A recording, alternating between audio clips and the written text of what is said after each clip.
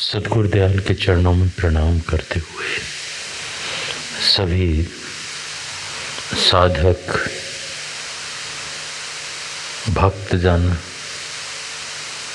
सद्गुरु के प्यारे मालिक की कृपा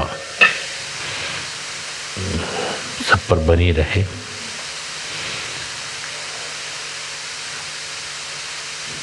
हमें निरंतर बहुत समय हो गया सभी को सत्संग करते हुए, पाठ सुनते हुए, ग्रंथों महापुरुषों के उपदेश सुनते हुए, और सबके अंदर केवल एक प्रेम का दान, प्रेम किया महिमा का वर्णन रहा है।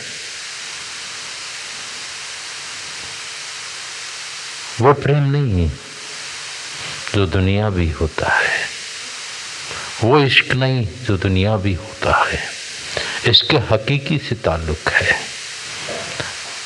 इश्क होवे तो हकीकी इश्क होना चाहिए। इस सिवा जितने हैं आशिक उन्हें रोना चाहिए। सच्चा प्रेम उस मालिक के प्रति जब होता है, उसके अंदर दूसरा कुछ नहीं होता। हमारे आराध्य के प्रति, जिसके जो भी आराध्य रहे हैं, चाहे हम किसी भी रूप के प्रति समर्पित हों, चाहे भगवान शंकर, भगवान राम, भगवान कृष्ण, परम भक्त हनुमान जी या देवी के प्रति, स्वरूप भिन्न भिन्न है, लेकिन शक्ति सर्वोपर एक ही है। जैसा जिसका भाव प्रबल होता है, जिसकी जैसी श्रद्धा पूर्णतः होती है, और जैसा जो समर्पित होता है, उसके अनुसार वो शक्ति उसका अनुभव कराती है और हर क्षेत्र में सहायक बनकर खड़ी होती है। लेकिन देखने में तो अक्सर आता है कि हम सारे कार्य तो बड़े ध्यान से, एकाग्रता से करते हैं, लेकिन यही जो कार्य होता है परमार्थ का, उसमें मन की दौड़ हमारे ऊपर हावी हो जाती है और हम उसके कारण एकाग्रचित्त होकर के नहीं लग पाते। कहीं कोई अधूरा काम छूटा है, उसका ख्याल उसी समय आएगा।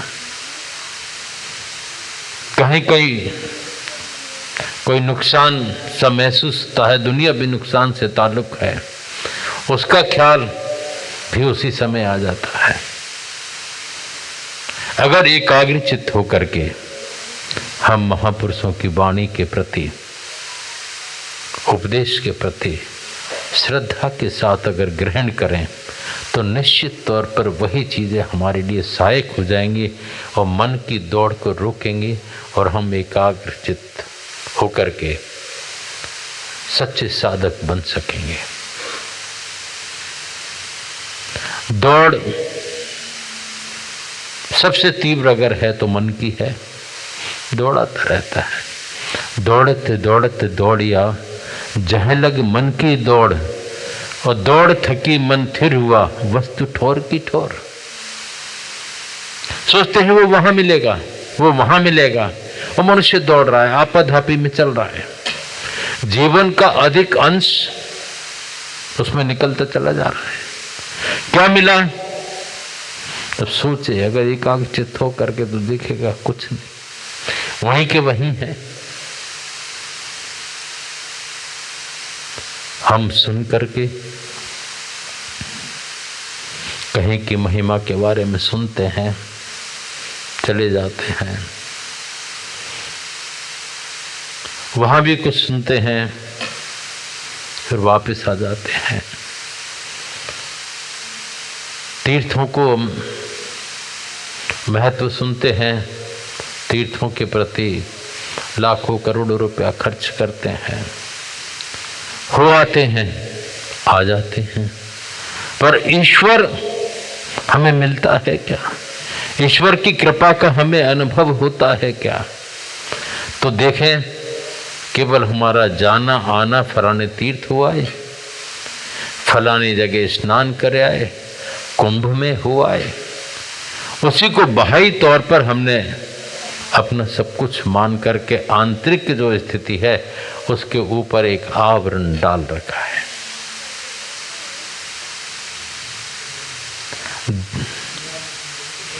उसने तो कहा है, या घट भीतर 7 समंदर, याही में नदी द्वारा, या घट भीतर काशी द्वारका, और यही में साहिब हमारा। जो भी कुछ कहा है, प्रश्न उठ सकता है, किस घट में हो तो दिखा दे वो, लेकिन हम तो घट में झांके तब दिखा दे वो, हम तो अपने अंदर जगह बनाए तब उसका अनुभव करा दे वो। हमें फुर्सत ही नहीं है, हम दौड़ रहे हैं, भाग रहे हैं, खर्च कर रहे हैं, सब कुछ कर रहे हैं, उससे काम नहीं चलता। जब अंतर्मुखी होते हैं, सद्गुरु की कृपा का अगर एक पल भी हमें अनुभव हो जाए तो हमें कुछ नहीं रह जाता, ये स्थिति होना चाहिए। लेकिन हमारी आकांक्षाएं बहुत होती हैं, बहुत कुछ चाहते हैं हम, और यही कारण है कि हम दुखी होते हैं। अगर वो इच्छाएं हम सीमित करके उस मालिक की कृपा की इच्छा अपने अंदर जागृत करें तो निश्चित तौर पर हम संतोषी भी बनेंगे और उसकी कृपा का अनुभव भी कर सकेंगे। जिस स्वरूप में भी हमारी श्रद्धा हो तो उसके प्रति समर्पण हो, विश्वास हो, तो निश्चित तौर पर श्रद्धा, समर्पण, विश्वास, सब तीनों चीजें मिल जाती हैं तो निराकार होके भी साकार रूप में प्रकट हो जाता है। और हमारे कई तरह के भ्रम मिट जाते हैं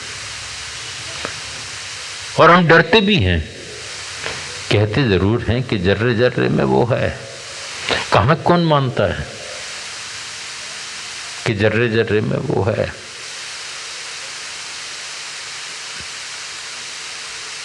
अगर यही विश्वास हो जाए तो आदमी डरेगा तो डर करके भजन भी करे शायद, कि वो देखने वाला मौजूद है, देख रहा है, उससे कुछ छिपा नहीं है।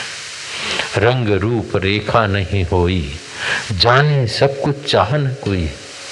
सब कुछ जानने के बाद भी वो चुप रहता है। क्यों? वो नहीं चाहता कि इसकी परमार्थी हानि हो।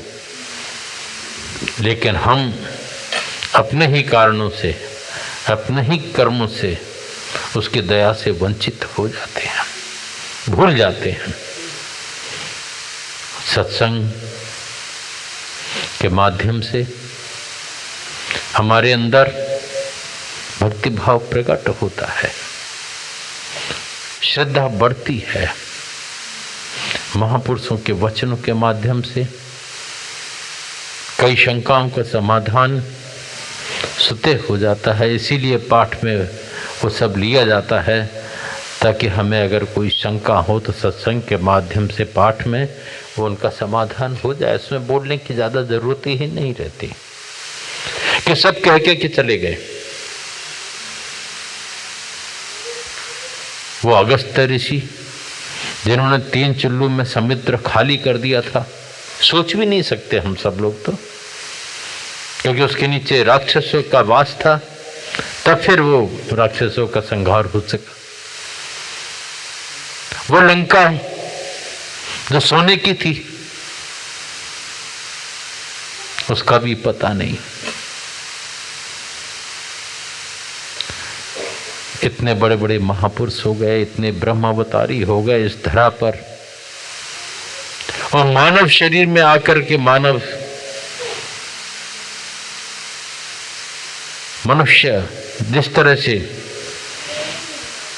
साधारण तौर पर अपना जीवन यापन करते हैं और अपनी व्यवस्थाएं करते हैं, वो भी करते रहे और उनको कोई जान नहीं पाए। जिसने जाना वो उसका काम बन गया। हम सबके बीच में सब होते हुए हमको नहीं पता होता। स्वामी रामकृष्ण परमहंस जी ने विवेकानंद जी महाराज को पकड़ा, बल्कि वो उसके पीछे पड़े कि कुछ इसको ग्रहण हो, कुछ कृपा के पात्र ये, इनको पता नहीं है कि पूर्व में क्या थे ये। ऐसे हम सब साधकों के बारे में अगर हम ही जानकार हो जाएं तो फिर गुरु की आवश्यकता ही नहीं है। उनको पता होता है कि इसके पूर्व के क्या संस्कार हैं और इसको कैसे ले चलना है और कैसे उस मार्ग में लगाना है। हम तो बाह्य दृष्टि से देखेंगे और उसी कारण कई बार तो यहां तक कह दिया स्वामी विवेकानंद जी ने, शायद ये भी कह दिया स्वामी रामकृष्ण महाराज के प्रति कि तो पागल है, मेरे पीछे ही पड़ गए। ये शब्द भी कभी व्यक्त किए, लेकिन बाद में उनको आभास हुआ कि वास्तविकता क्या थी। आज भी कोई खोजी हो, जिज्ञासु है, तो उसको भी अगर वो विवेकानंद जी जैसे, स्वामी विवेकानंद जी जैसे संस्कार अगर हमारे अंदर पैदा हो जाएं, तो स्वामी रामकृष्ण परमहंस जी भी मौजूद हैं, ये समझ लेना चाहिए। और मार्गदर्शक के रूप में वो उनकी कृपा कार्य करेगी। लेकिन हमें खुद को भी तो बनना है, वो पात्रता हमारे अंदर भी तो होना चाहिए। हम ईर्षा, द्वेष, क्रोध इसके वशीभूत हो गए हैं, अपना असली रूप भूल गए हैं कि हमारे अंदर जो निर्मल प्रेम है, कितनी बड़ी दौलत छिपी हुई है, उसके लिए हम प्रयास नहीं करते और उसके परत के परत मनाकाश पे हमारे जमा होते जाते हैं और हम उसकी कृपा से वंचित हो जाते हैं।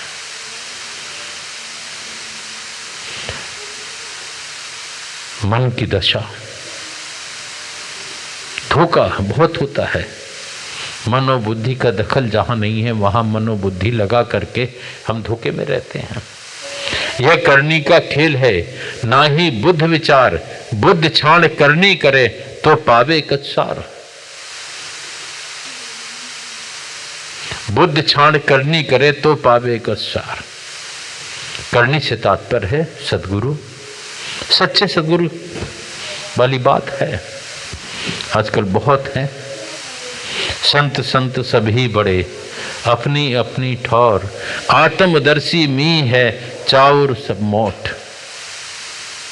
जिसने अपने आप को जाना वही सूक्ष्म स्थिति है, वही सच्चे संत हैं। कई बार वो नाथ संप्रदाय का एक शब्द ध्यान आ गया, वैसे तो कई बार कहा है कि बहुत दूर तक कच्चाई रहती है, सच्चे गुरु का मिलना बहुत मुश्किल होता है और उनकी पहचान होना और भी मुश्किल होता है। उनकी कृपा से ही हम उनको जान सकते हैं, वरना पहचान ही नहीं सकते।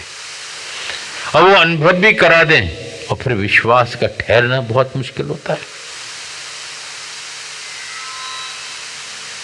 श्रद्धा स्थिर रहना बहुत मुश्किल होते है, भाव स्थिर रहना बहुत मुश्किल है।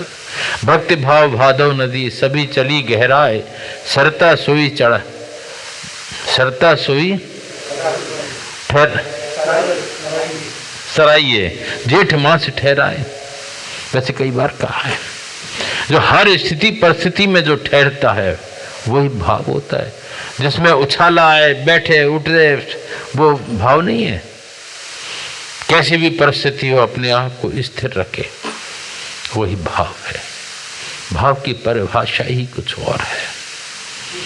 भाव ही आनंद देता है, भाव ही शांति देता है, वो भाव ही उसकी कृपा का पात्र बनाता है और स्थिर रहता है। स्थिरता भी वही पैदा करते हैं। तो वो शब्द ध्यान आता है कि हम तीर्थों में जाते हैं, कई लोगों के बारे में, महापुरुषों के बारे में सुन लेते हैं कि फलानी जगह महात्मा हैं, वो जो कहते हैं वो हो जाता है। हम चलने लगते हैं कि शायद कोई लॉटरी का नंबर बता दिया जाए, कुछ बता दें तो निश्चित तौर पर हमें जाने कितनी बड़ी उपलब्धि हो जाए। लेकिन कल्याण का जो मार्ग है वो वहां नहीं होता। तो कहा है, कच्चा वे कच्चा नहीं गुरु का बच्चा। गुरु के बारे में कहा है, कच्चा वे कच्चा नहीं गुरु का बच्चा। दुनिया तज कर, सब कुछ छोड़ करके दुनिया तज कर, खाक रमाई जाकर बैठा वन में, तब भी कच्चा वे कच्चा नहीं गुरु का बच्चा।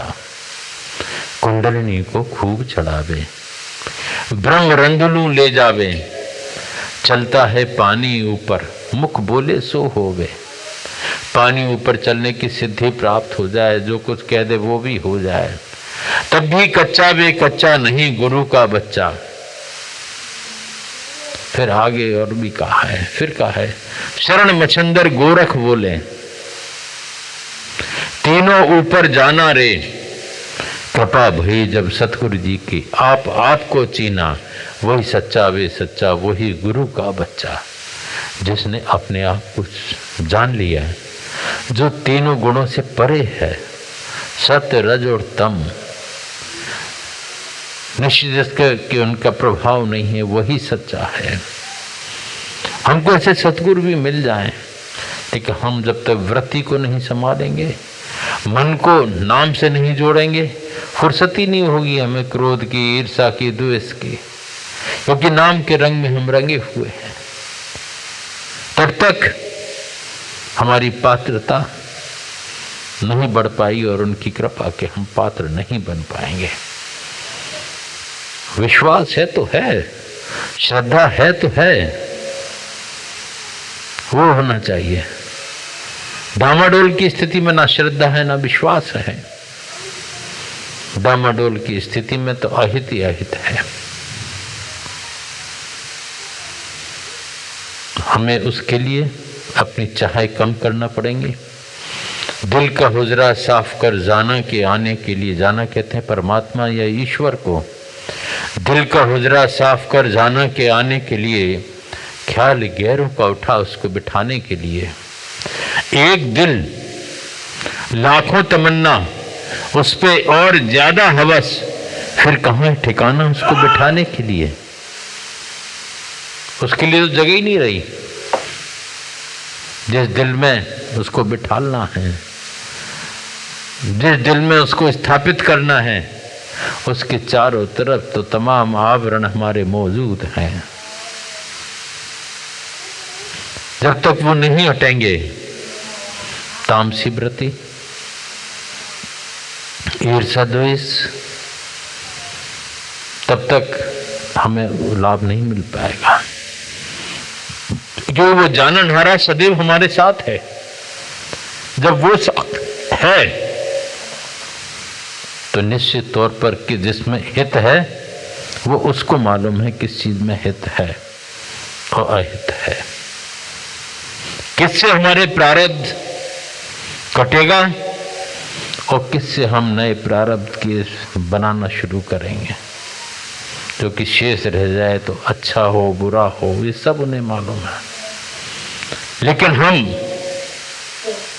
अपने मन के कारण, अपनी बुद्धि के कारण भ्रम में जी रहे हैं और उसमें जी करके हम अपना अहित ही करते हैं, अपना हित समझ नहीं पाते।